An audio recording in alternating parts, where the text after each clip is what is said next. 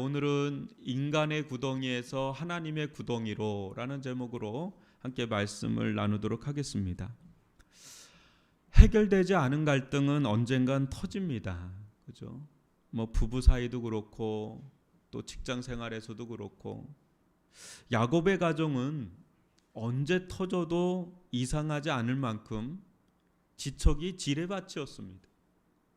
이 시한폭탄의 내간을 터뜨린 것은 어이없게도 심부름이었습니다. 이 심부름이 야곱과 요셉 간에 생이별을 시킬 줄 누가 알았겠습니까? 알았다면 절대 홀로 보내지 않았겠지요. 오늘 심부름에서 시작된 일이 얼마나 큰 사건으로 비화되는지, 또 이 가운데 하나님의 손길이 어떻게 나타나는지 살펴보겠습니다. 말씀을 통해 우리의 허물과 연약함을 넘어 기이하고 놀랍게 역사하시는 그 하나님의 인도하심을 발견할 수 있길 주님의 이름으로 축원합니다. 여러분, 먼저 12절로 14절 다시 한번 보세요.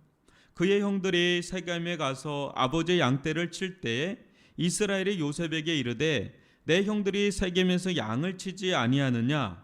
너를 그들에게로 보내리라. 요셉이 아버지에게 대답하되 내가 그리하겠나이다. 이스라엘이 그에게 이르되 가서 내 형들과 양떼가 다 잘 있는지를 보고 돌아와 내게 말하라 하고 그를 헤브론 골짜기에서 보내니 그가 세겜으로 가니라. 이 모습이 요셉의 마지막 모습입니다. 당시 야곱은 헤브론 골짜기에 있었고 요셉의 형들은 세겜에 있었습니다. 헤브론에서 세겜까지 거리는 못해도 80km, 어떤 분들은 100km로 보는 분들도 있습니다. 성인 남성이 3, 4일을 쉬지 않고 걸어가야 하는 제법 먼 거리예요. 어느 순간 세겜에 있던 형들의 소식이 끊겼습니다. 아버지 야곱은 불안해지기 시작했습니다. 이유가 있습니다. 세겜은 야곱, 특히 형들에게 매우 위험한 땅입니다. 수년 전 세겜에서 야곱의 딸 디나가 강간당하는 끔찍한 사건이 벌어졌습니다. 디나의 친오빠, 특히 시몬과 레이는 하간 머리끝까지 나서 세겜 사람들을 죽이고 속이고 이렇게 죽이는 끔찍한 일을 저질렀습니다. 이를 듣고 야곱은 한급히 도망쳐 지금의 헤브론에 들어간 것입니다. 근데 이 세겜에 들어간 뒤로 소식이 끊긴 것입니다. 얼마나 불안했겠습니까? 이제나 이 소식이 오나 저제나 저 소식이 오나 하는데 깜깜무소식이에요. 형들은 아버지가 자신들에게 아무 관심이 없다 여겼습니다. 아닙니다. 야곱은 형들을 사랑했습니다. 10손가락 깨물어 안 아픈 손가락 없다고 야곱에게 형들 또한 사랑하는 아들들이었습니다. 근데 이 아들들의 소식이 세겜 땅에 들어간 이후로는 도무지 들려오지가 않는 거죠. 이에 야곱은 특단의 조치를 취합니다. 애지중지 키우던 요셉을 보낸 것입니다. 형들이 잘 있는지 어떻게 지내고 있는지 살펴보고 오라는 심부름입니다. 저는 야곱이 이 80에서 100km나 되는 위험한 땅 이 세겜에 17살 난 이 아이 혼자 보낸다는 것이 참 대단하다 싶습니다. 그럼 80에서 100km면 어디쯤일까요? 어디쯤 될까요? 제천 될까요? 야곱은 당시 큰 부호였기에 딸린 종들도 많았는데 굳이 요셉 혼자 보낸다는 것이 이해되진 않지만 요셉 또한 흔쾌히 또 승낙합니다. 여기서 우리는 요셉의 빛나는 태도를 봅니다. 요셉이 비록 형들의 잘잘못을 고자질하는 미성숙한 면이 있지만 말대꾸 하나 없이 아버지가 시키는 대로 순종하는 보기 드문 아이였습니다. 그러니 얼마나 이쁘겠습니까? 툴툴거리기나 하고 또 무슨 일을 시킬 때마다 말대꾸나 하고 싫은 티 팍팍 내며 억지로 하는 척하면 그거 누가 좋아하겠습니까? 아유 저한테는 뭘 시키지도 못하겠다. 그러나 요셉은 그런 모습이 없었습니다. 이 태도는 나중에 애굽에 끌려가 노예살이를 하든 또 제수살이를 하든 어디서든 빛을 발하며 윗사람이 좋게 보았습니다.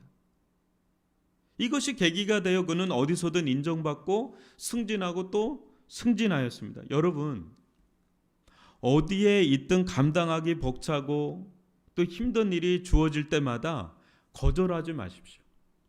꼭 얌체 같은 사람이 있어요. 자기 입속만 챙기는 사람들. 이런 이유 저런 이유 여러분 되지 마십시오. 이왕 할 거 기쁨으로 하는 거예요. 그러면 여러분이 감당한 일보다 더 큰 복이 기다릴 겁니다. 하나님은 여러분이 할 수 없는 일을 여러분의 윗사람을 통해 능히 하시는 분이시기 때문에 여러분 윗사람이 뭔가 시키면 그냥 알겠습니다. 그러겠습니다. 열심히 하겠습니다. 이렇게 하면 그 윗사람이 여러분을 끌어올리세요. 이게 요셉의 첫 번째 빛나는 태도입니다. 여러분 15절로 17절 보십시오.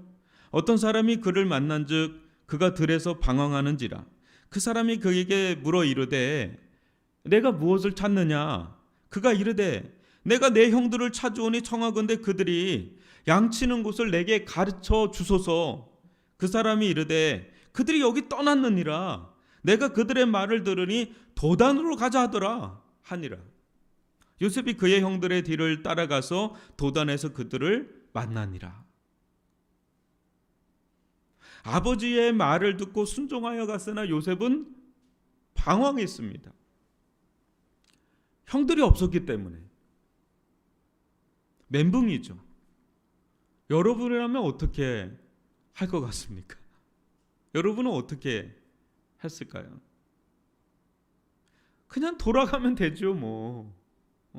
아버지, 세겜에 갔는데 형들이 없었습니다. 아무리 찾아봐도 찾을 수 없어 하는 수 없이 돌아왔습니다. 하면 끝입니다. 끝없이 펼쳐진 허허벌판에 드론을 띄워서 찾을 수도 없고 무슨 수로 찾겠습니까? 아이인데, 아이잖아요. 그러나 요셉은 방황할지언정 끝까지 아버지의 명을 완수하려 애썼습니다. 여기에 기가 막힌 하나님의 손길이 나옵니다. 뭡니까? 어떤 사람의 등장입니다. 이 사람은 이름도 몰라요. 어디서 왔는지도 몰라요. 근데 이 사람이 갑자기 어디선가 나타나서 묻습니다. 내가 무엇을 찾느냐? 그리고는 하나님처럼 대답해 줍니다. 그들이 여기서 떠났느니라. 내가 그들의 말을 들으니 도단으로 가자 하더라. 여러분, 이 사람을 만나지 않았더라면 요셉 어떻게 됐을까요? 형들을 못 만나고 돌아왔겠죠. 그러면 앞으로 있을 죽음의 위기도 애굽에 끌려가지도 않았겠지요. 그러나 이 사람의 등장으로 요셉은 애굽으로 팔려가게 됩니다. 여러분, 이 만남이 우연한 만남일까요? 아니면 계획된 만남일까요? 어떤 사람이 갑자기 등장한 게 이게 우연일까요? 아니면 필연일까요? 우연이 계속 겹치면 필연이 됩니다. 하나님은 우연을 가장한 필연으로 역사합니다. 그 여러분들 가운데 전혀 예상치 못한 사람을 만날 때 그것을 잘 유심히 볼 필요가 있습니다. 이 이름 모를 사람을 통해 요셉은 형들의 정보를 얻어 도단까지 가게 됩니다. 도단은 세겜에서 북쪽으로 20km나 더 올라가야 합니다. 요셉은 아버지에게 하달받은 임무를 완수하려 도단까지 갑니다. 여기서 우리는 요셉의 빛나는 두 번째 태도를 봅니다. 요셉은 누구보다 충성스럽고 성실했습니다. 아버지 야곱이 평소에도 이런 일 저런 일 시켜보지 않았겠습니까? 그때마다 요셉은 형도가 달랐어요. 맡긴 일을 어쩌든지 해내는 겁니다. 이 애에게는 무엇을 시켜도 되겠구나. 마음이 안심이 되고 든든한 겁니다. 그러니 형들 다 제쳐놓고 채색옷을 입혀 가정일을 총관리하고 감독하게 한 것이죠. 여러분, 요셉의 이런 태도는요, 노예살이를 할 때도 제수살이를 할 때도 또 나중에 애굽의 총리직을 할 때도 여실히 드러납니다. 그에게 맡기는 일들은 신경 쓰지 않아도 자기가 하는 것보다 더 잘하니 마음 놓고 맡기는 거죠. 사랑하는 성도 여러분, 여러분에게 맡겨진 일을 충성스럽고 성실하게 감당할 수 있길 바랍니다. 누가 보든 말든 그 일이 내 일이든 남의 일이든 상관없이 최선을 다해 감당해 보십시오. 그러면 하나님께서 사람을 통해 여러분들을 더 큰 일을 감당할 자로 이끌어 가실 겁니다. 보잘것없는 일을 하고 무시하고 나는 이런 일을 할 사람 아니라며 대충대충 하는 사람은 역량이 커질 수가 없습니다. 그릇이 커질 수가 없어요. 작은 일부터 충심을 다해 감당한 자들이 나중에 큰 일도 감당할 수 있습니다. 이것이 복된 태도입니다. 저는 여러분들이 이 요셉에게서 이 두 가지 태도만 잘 배워도 굉장히 여러분들 인생에 무기를 장착한 거다, 그렇게 생각합니다. 여러분 18절로 20절을 또 볼까요? 요셉이 그들에게 가까이 오기 전에 그들이 요셉을 멀리서 보고 죽이기를 꾀하여 서로 이르되 꿈꾸는 자가 오는도다. 자, 그를 죽여 한 구덩이에 던지고 우리가 말하기를 악한 짐승이 그를 잡아먹었다 하자 그의 꿈이 어떻게 되는지를 우리가 볼 것이니라 하는지라. 형들은 요셉과 야곱과 달랐습니다. 형들은 아버지 야곱도 동생 요셉도 너무 싫었습니다. 특히 고자질이나 하고 꿈으로 자기들을 굴복시키려는 요셉이 죽이고 싶을 정도로 미웠습니다. 동상이몽도 이런 동상이몽이 없습니다. 야곱과 요셉은 형들의 마음을 너무 몰랐고요. 형들은 야곱과 요셉을 너무 몰랐습니다. 이 작은 오해들이 쌓이고 쌓여 큰 화근이 되었습니다. 이 가정에. 형들은 요셉을 멀리서도 알아봤습니다. 왜요? 옷 때문에, 그 채색 옷 때문에. 저는 이해가 안 가요.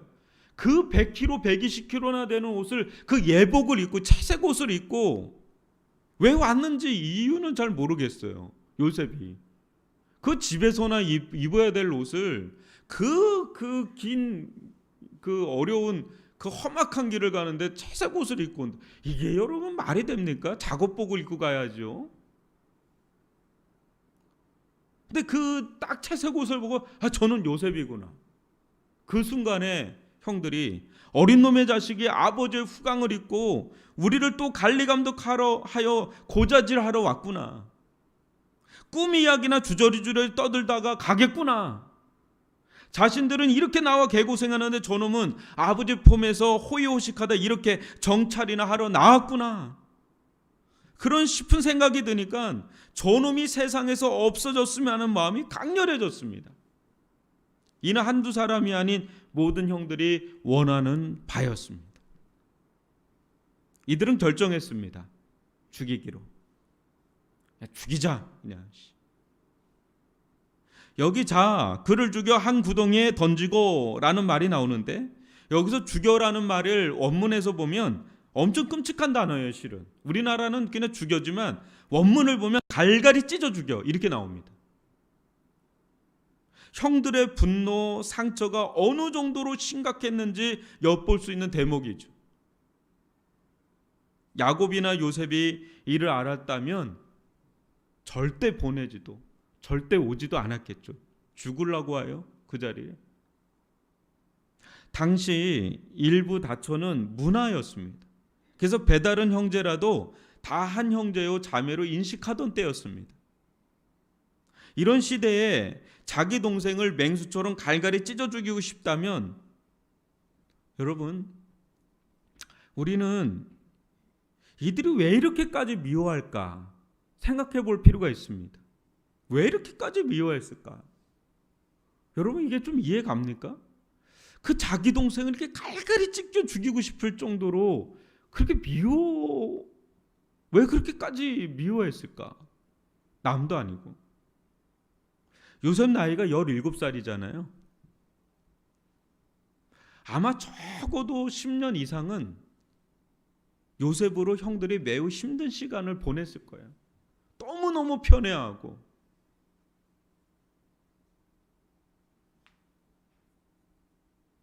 요셉은 또 고자질하고 막 이게 이 상처가 날이 갈수록 더 커지다가 꿈 이야기에서 완전히 이제 참을 수 없는 지경이 된 것 같습니다. 저놈이 죽든지 우리가 죽든지 둘 중 하나가 죽어야 이 지긋지긋한 인연이 끝나지 이대로는 못 산다. 막 그렇게 그런 마음이 들었던 것 같아요. 우리로서는 이게 쉽게 이해가지 않지만 너무너무 지금 심각한 상태입니다. 참 아픈 상황이고요. 정말 엉망진창인 가족입니다. 저는 보면 볼수록 엉망진창이다 진짜. 이 위기의 순간에 또 한 번의 하나님의 보이지 않는 손길이 작용하는데요. 우리 21절과 22절을 보십시오. 루벤이 듣고 요셉을 그들의 손에서 구원하려 하여 이르되 우리가 그의 생명은 해치지 말자. 루벤이 또 그들에게 이르되 피를 흘리지 말라. 그를 광야 그 구덩이에 던지고 손을 그에게 대지 말라 하니 이는 그가 요셉을 그들의 손에서 구출하여 그의 아버지에게로 돌려보내려 함이었더라. 루벤이 좀 착한 것 같아요. 맏형이거든요. 맏형. 동생 살인 계획을 듣던 진짜 장자예요. 이 사람이. 루벤이. 그러니까 가장 속이 상할 수 있는 사람이 이 사람인데 이 사람이 오히려 요셉을 구출하려 제안합니다. 우리 손으로 찢어 죽이지 말자. 그냥 구덩이에 던지자. 이 말은 실상은 끔찍하게 죽이냐 조용하게 죽이냐 차이지 죽이는 것은 기정사실이라는 거예요. 왜냐하면 구덩이에 가면 죽는 거거든. 당시 구덩이는요 이렇게 콜라병처럼 돼 있었대요. 이렇게 입구가 좁고 이렇게 돼 있었대요. 이게 빠지면 누군가 위에서 끌어올려주지 않으면 절대 나올 수 없는 구조였습니다.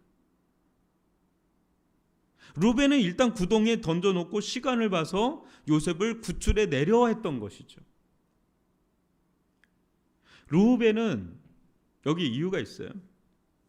루벤은 장자였지만 가정에서 없는 자, 그림자 취급을 받았습니다. 이유가 있어요. 아버지의 첩인 비라와 그릇된 관계를 맺었기 때문에 그래요. 한마디로 아버지의 아내를 범한 파렴치한 자가 누구냐면 르우벤입니다. 근친상간.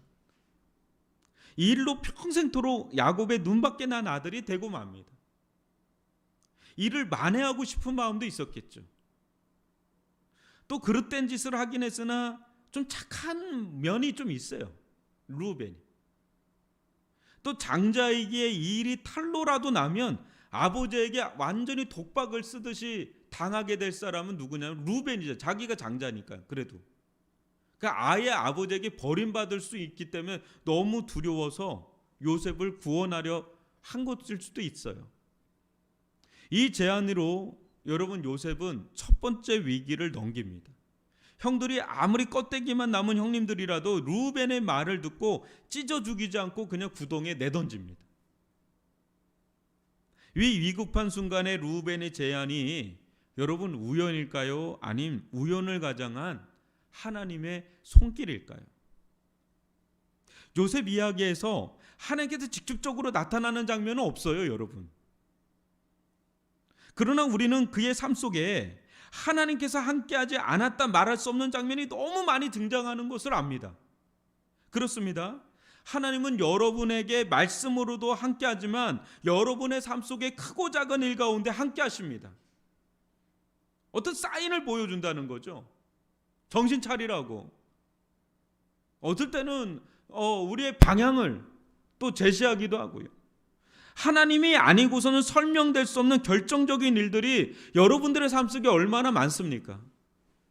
저는 차를 타고 다니면서도 운전할 때 그런 걸 경험할 때가 있습니다. 여러분 삶 속에 하나님을 발견하십시오. 말씀으로만 하나님이 역사하시는 분이 아니라 여러분의 삶 속에 일어나는 일과 만남을 가벼이 처리하지 마십시오. 하나님은 우리 삶에 끊임없이 개입하시고 함께 하시는 분이십니다. 누구를 만났거나 어떤 일이 일어날 때 그 속에 하나님의 뜻이 있다라는 것을 여러분 발견하시기를 바랍니다. 여기 급박한 순간에 하나님의 섬세한 손길이 또 나타납니다. 23절로 24절을 볼까요? 요셉이 형들에게 이르매 그의 형들이 요셉의 옷 곧 그가 입은 채색 옷을 벗기고 그를 잡아 구덩이에 던지니 그 구덩이는 빈 것이라 그 속에 물이 없었더라. 어떤 하나님의 손길이 또 있습니까? 뭡니까? 구덩이가 빈 겁니다. 여러분, 이거는 말이 안 되는 거예요. 왜냐하면 원래 이 구덩이들은 자연산 구덩이가 아닙니다. 인공 구덩이입니다. 사람이 만든 거라고요. 무슨 용도였을까요? 왜 허허벌판에 이런 구덩이들을 파놓았던 것일까요? 이 구덩이들은 물 저장 탱커입니다.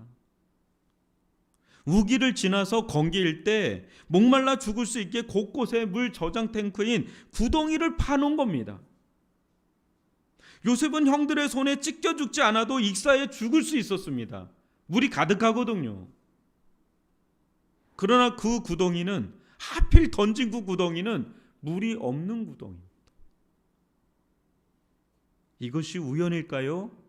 아님 하나님의 보이지 않는 손길일까요? 가볍게 보면 그냥 우연이지만 자세히 들여다보면 하나님의 손길입니다. 문제는 아직도 남아 있습니다. 빈 구덩이라 해도 죽음에서 벗어날 수는 없으니까요. 그러나 이 가운데 결정적인 하나님의 손길이 두 번 나옵니다. 여러분 25절로 28절 제가 읽어드릴게요. 그들이 앉아 참 애 밑에 빠쳐놓고선 거기서 앉아서 이게 형들입니까 진짜. 음식을 먹다가 눈을 들어본즉 한 무리의 이스마엘 사람들이 길라앗에서 오는데 그 낙타들의 향품과 유향과 모략을 싣고 애굽으로 내려가는지라. 유다가 자기 형제에게 이르되 우리가 우리 동생을 죽이고 그의 피를 덮어둔들 무엇이 유익할까? 자, 그를 이스마엘 사람들에게 팔고 그에게 우리 손을 대지 말자. 그는 우리의 동생이요 우리의 혈육이니라 하며 그의 형제들이 청종하였더라. 그때 미디안 사람 상인들이 지나가고 있는지라 형들이 요셉을 구덩이에서 끌어올리고 은 20의 그를 이스마엘 사람들에게 팔매 그 상인들이 요셉을 데리고 애굽으로 갔더라. 유다가 요셉을 죽이지 말고 팔아버리자 제안합니다. 엄청 요셉 생각한 게 아니라 돈 생각한 거예요. 그러면 자기들 손에 피 묻히는 일도 없고요. 당시 은 20이면 성인 남성의 3년치 연봉이라고 합니다. 어마어마한 거죠. 일거양득 아니냐. 형제들은 유다의 말에 솔깃합니다. 생각해 보니까 그렇거든요. 이거 그냥 노예로 애굽에 팔아버리면 죽는지 사는지 그냥 평생 노예살이 할 거니까 죽이는 것보다 더 복수가 더 좋은 거죠. 평생 고통스럽게 사는 거니까. 그리고 은 20이나 생기잖아요. 근데 때마침 이스마엘 사람들이 딱 등장해서 요셉을 사서 애굽으로 데려갑니다. 그러면서 일단락의 일이 끝납니다. 사는 성도 여러분, 유다의 제안과 그 시간에 딱 맞춰서 애굽으로 향하던 이스마엘 사람들을 만나는 이 모든 일들이 그냥 일어난 일일까요? 아님 하나님의 섬세한 계획 속에 일어난 일일까요? 다소 투박하고 거칠어 보여도 이 속에 애굽으로 가야만 했던 요셉의 길이 열리게 됩니다. 하나님은 형들의 죄를 통하지 않고도 얼마든지 요셉을 애굽으로 보낼 수 있습니다. 그러나 하나님은 형들의 죄악을 통해서라도 하나님의 뜻을 이루는 전능하신 분이십니다. 십자가가 그렇지 않습니까? 인간의 죄와 사탄의 관계로 예수 그리스도가 십자가 못 박혀 죽으셨지만 하나님은 이들을 통해 온 세상을 구원할 계획을 성취하신 전지전능하신 분 아니십니까? 이것이 온 세상을 구원할 하나님의 계획이라면 사탄도 십자가에 예수님을 못 박는데 거들지는 않았을 겁니다. 인간의 그 어떤 수작도, 그 어떤 엉망진창도 하나님의 계획과 뜻을 무산시킬 수 없습니다. 오히려 그와 같은 일들이 하나님의 뜻을 이루는 일등공신이 될지 누가 합니까? 그러니 일이 꼬이고 삶이 엉망진창 같고 상황이 더 악화 일로로 가는 것 같아도 절망하지 마십시오. 절망하지 마십시오. 하나님이 이 모든 상황 속에서 기이한 손길을 보내어 이를 정복시키니 말입니다. 여기서 우리가 주목해야 할 인물이 있습니다. 요셉입니다. 여러분, 이 엄청난 장면에서 요셉이 보이십니까? 주인공은 요셉 같은데 요셉이 안 보입니다. 왜요? 아무런 반응이 없습니다. 아무런 반응이 없습니다. 형들이 죽이려 할 때도, 형들이 채색 옷을 벗길 때도, 형들이 구덩이에 빠뜨릴 때도, 형들이 노예 상인에 팔아먹을 때도 요셉은 침묵합니다. 이 침묵이 무섭습니다. 요셉은 이때 복수의 화신이 되거나 정신병자가 될 수 있습니다. 완전 미쳐버리는 거죠. 그러나 그는 전적으로 수동적인 자리에 있습니다. 이 말은 전적으로 하나님께 내어 맡긴다는 겁니다. 그 어떤 저항 없이 물 흐르듯 그냥 맡깁니다. 이것이 요셉의 믿음입니다.